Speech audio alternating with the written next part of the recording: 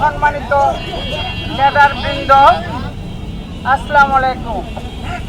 আসলে ইতিমধ্যে আমরা যে বিভিন্ন বৈষম্যের শিকার এবং এই বৈষম্যের শেষ আঘাত হানতে যাচ্ছে আমাদের ক্যাডারকে বিলুপ্ত করার যে হীন ষড়যন্ত্র, সেই ষড়যন্ত্র রুখে দেওয়ার জন্য আজকে আমরা এখানে দাঁড়িয়েছি। আমরা একটি প্রতিযোগিতামূলক পরীক্ষার মাধ্যমে ক্যাডারের অন্তর্ভুক্ত হয়েছি।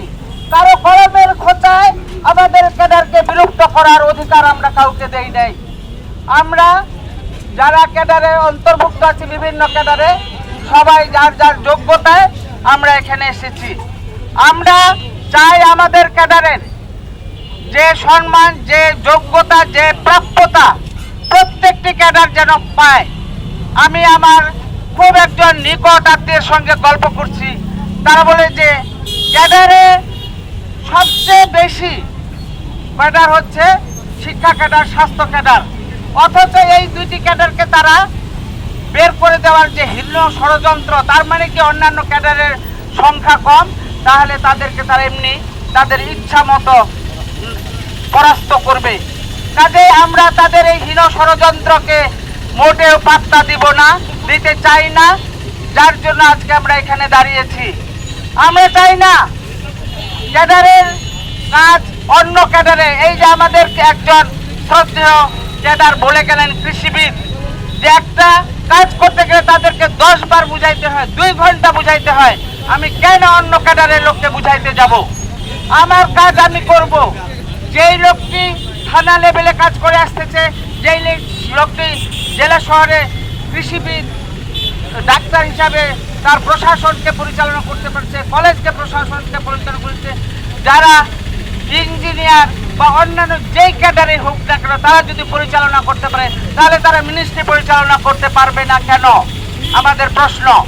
কাজে এই ধরনের হীন ষড়যন্ত্র ইতিমধ্যে আমাদের শিক্ষা ক্যাডারে 2-1 জন বলে গেলেন যে আজকে আমার লেকচারাররা 12 বছর হয়ে যাচ্ছে, প্রমোশন পাচ্ছে না, অথচ তাদের যে অর্ডার করতে গেলে ছুটিও সময় আছে না, শুক্র শনিবারেও তারা ছুটির ভিতর তাদের প্রমোশন দিয়ে থাকে, তাদের নানা রকম সুযোগ সুবিধা দিয়ে থাকে। একটা জেলা পর্যায়ের শহরের প্রিন্সিপালের কোনো সুযোগ সুবিধা নাই, কোনো গাড়ি নাই। এইগুলো অন্য ক্যাডার, আমরা যারা অন্য সমস্ত ক্যাডার এগুলো থেকে বঞ্চিত হই।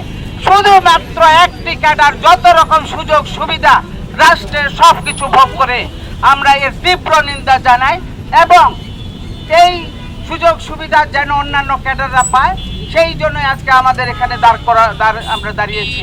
এবং তাদের যে হীন ষড়যন্ত্র, যে এই শিক্ষা এবং স্বাস্থ্য ক্যাডারকে বাদ দেওয়া, সেটির প্রতিবাদ স্বরূপ আজকে আমরা এখানে দাঁড়িয়েছি। আমি আমার বক্তব্য আর দীর্ঘায়িত করব না। ইতিমধ্যে কিভাবে নির্যাতিত হচ্ছে, কিভাবে ষড়যন্ত্রের শিকার হয়েছি, তা আমরা আজকে এখানে দাঁড়িয়েছি। যারা দাঁড়িয়েছেন সবাইকে আমি আমার অন্তরের অন্তঃস্থল থেকে গভীর শ্রদ্ধা জানাচ্ছি এবং অভিনন্দন জানাচ্ছি।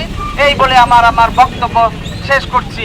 ক্যাডার যার, মন্ত্রণালয় তার, ক্যাডার যার, মন্ত্রণালয় তার, ক্যাডার যার, সচিব তার। ধন্যবাদ সবাইকে।